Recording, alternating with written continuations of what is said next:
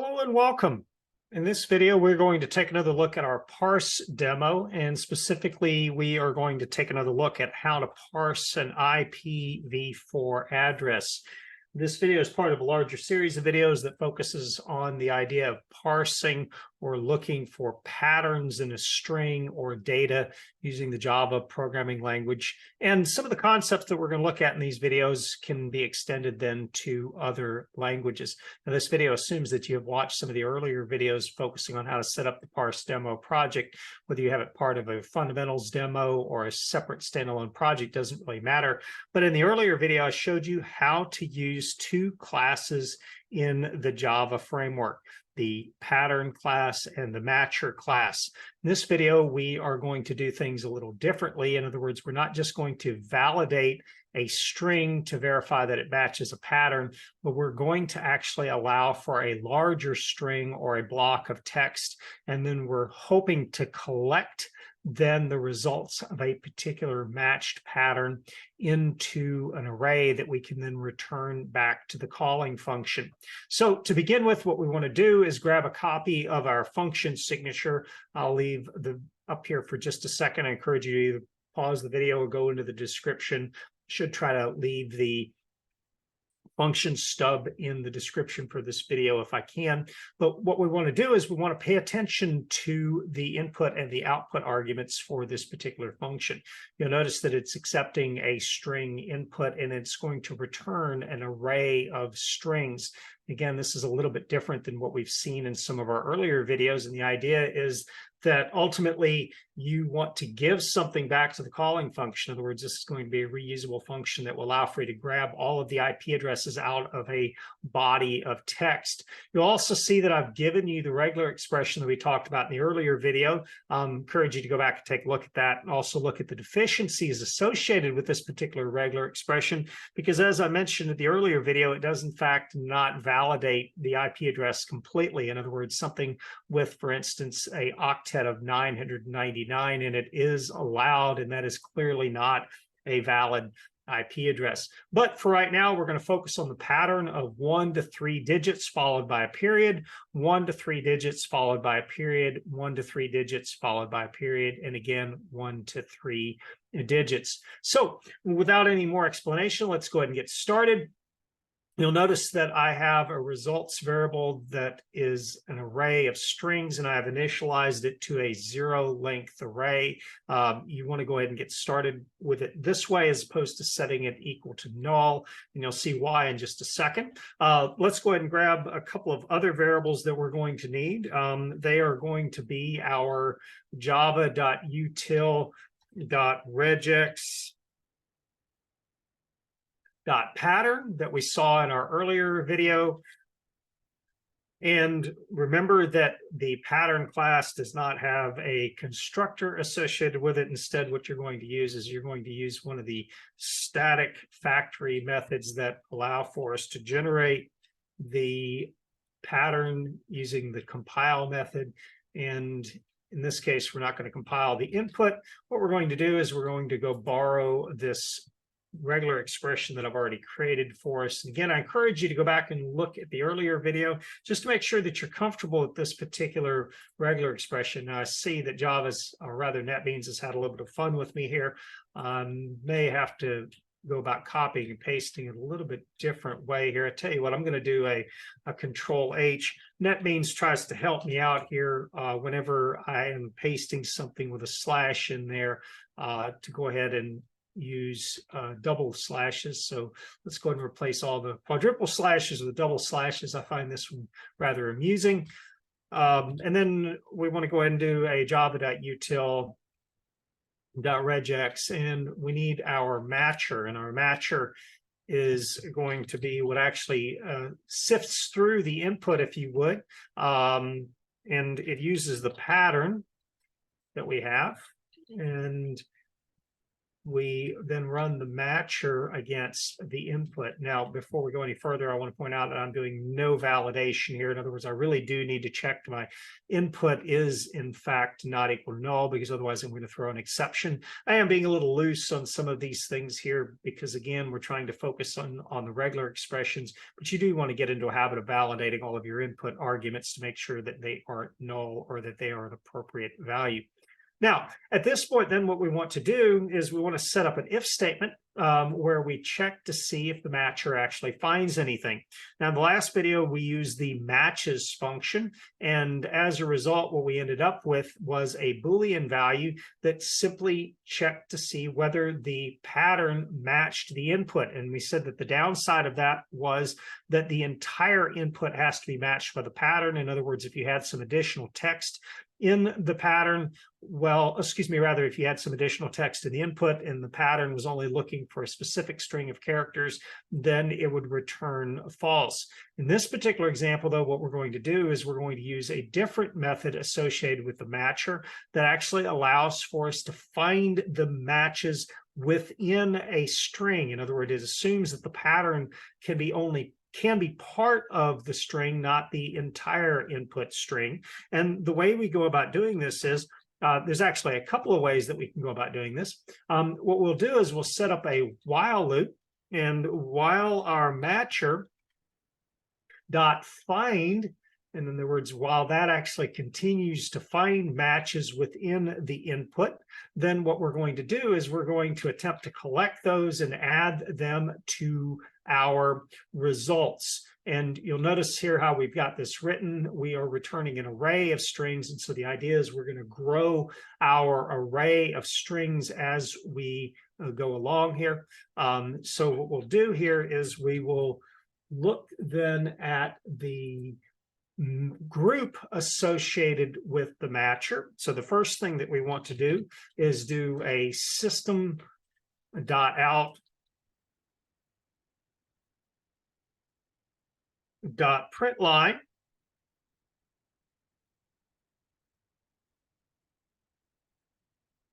of our matcher.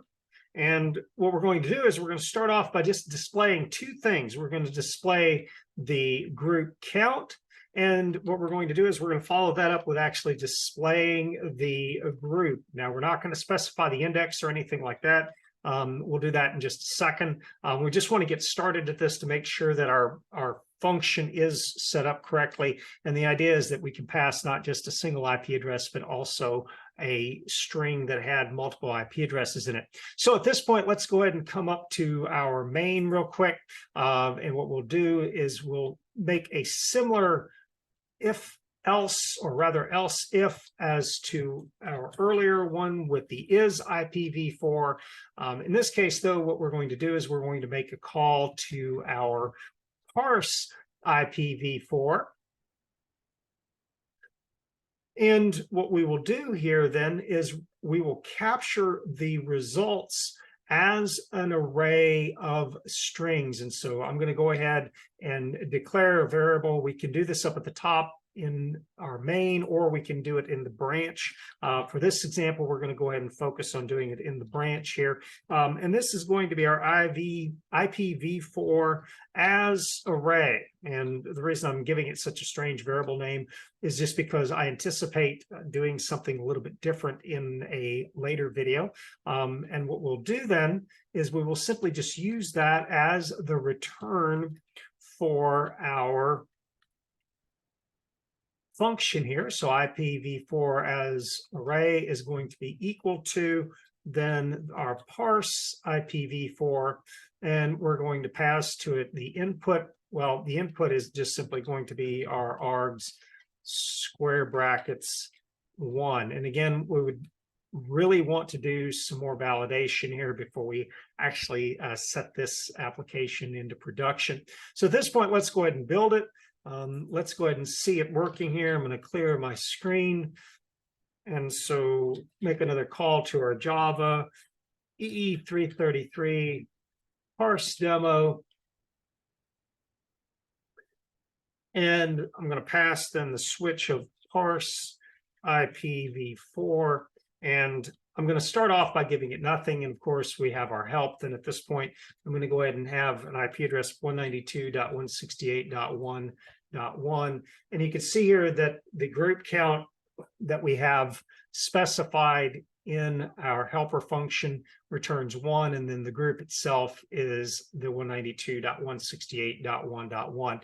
And I'll tell you what, I'm going to embellish this just a little bit here. I'm going to actually put the count here just so we can see what this is. This may help us in understanding this a little bit more. And then I'm also going to go ahead and offset this just a little bit so again visually we can see what's going on.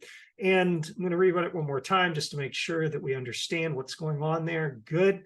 It looks clear to us in the command window. And then what we'll do is we'll actually pass it a longer string. And this was a test that did not work in the earlier video. So we're going to have IP address colon and then the 192.168.1.1. And you can see here that it still, in fact, finds it. And so now you can appreciate the difference, if you would, between the find function and the matches function that is both part of the matcher object.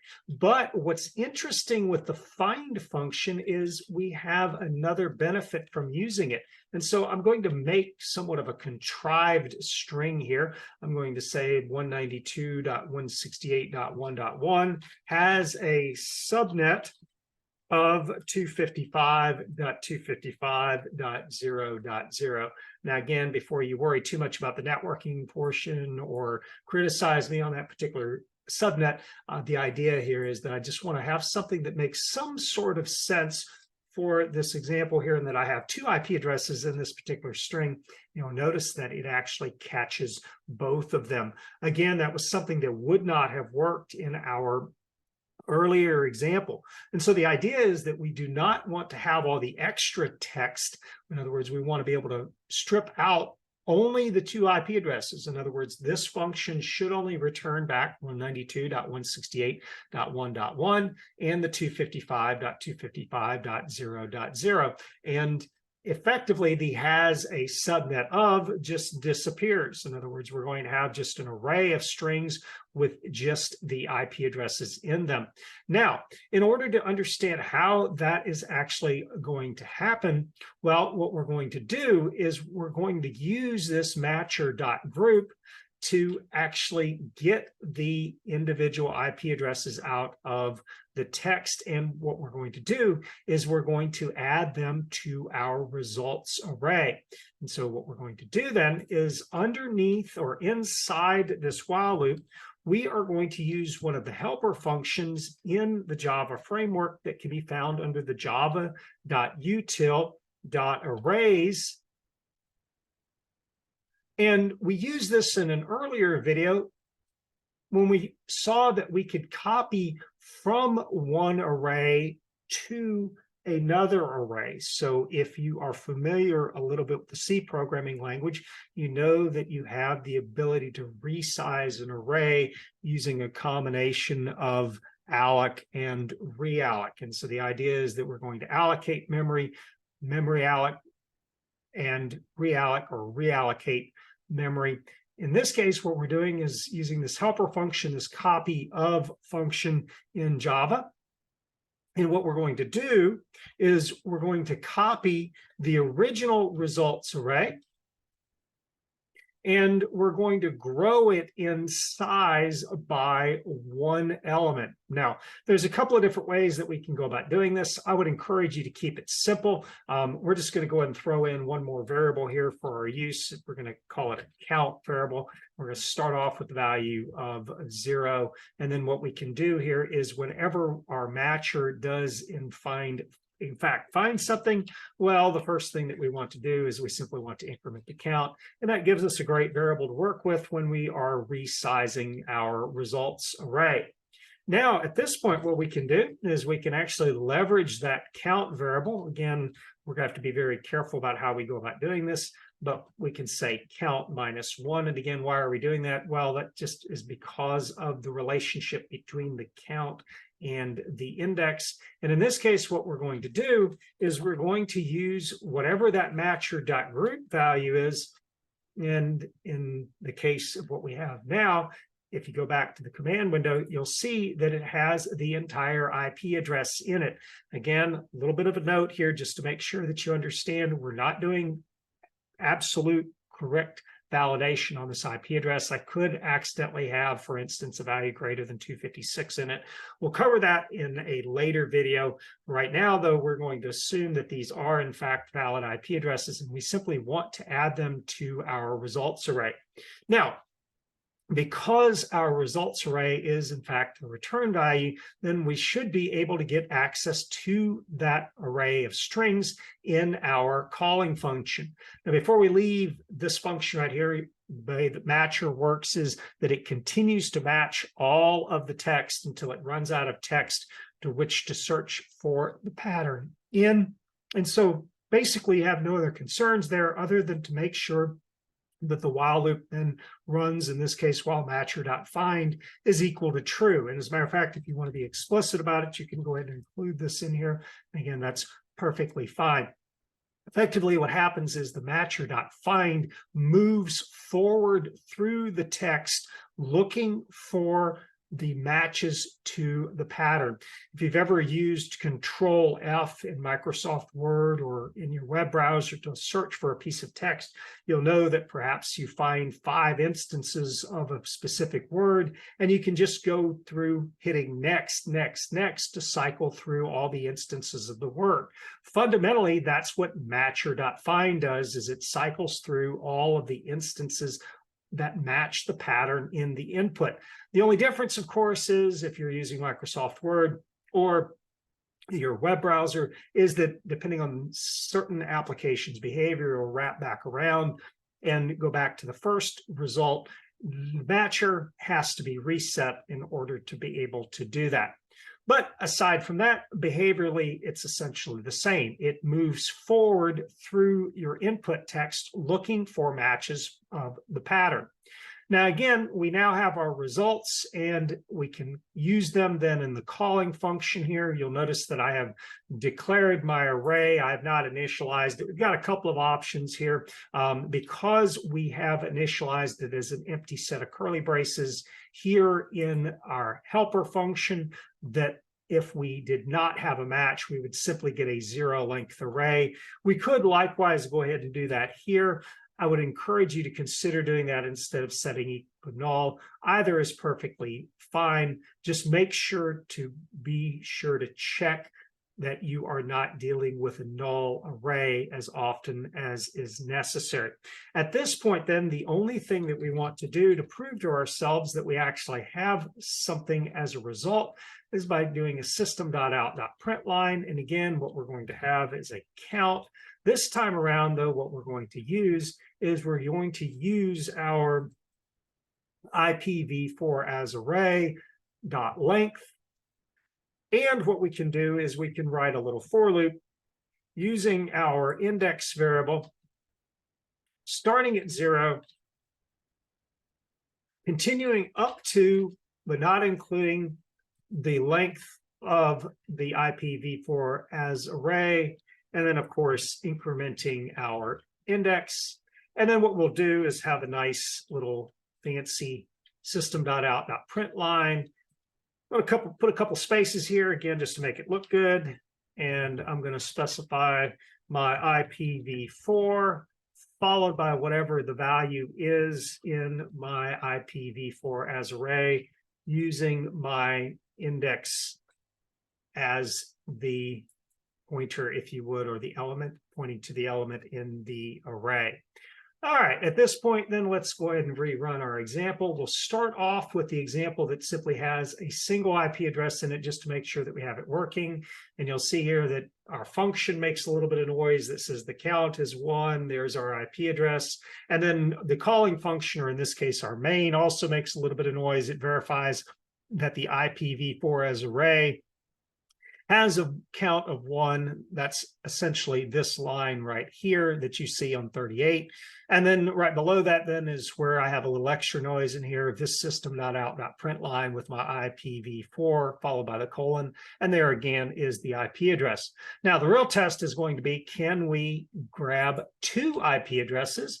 Well, if we simply cycle through some of our examples here, particularly the one with the 192.168.1.1 and the subnet mask, well, it turns out that we, in fact, can. And so now you have the ability to pull multiple instances of the same pattern out of a block of text. And why would this be useful? Well, you could, for instance, download a web page and pull all of the IP addresses off of it if they were IP addresses listed. You could also pull things like email addresses that we'll take a look in another video.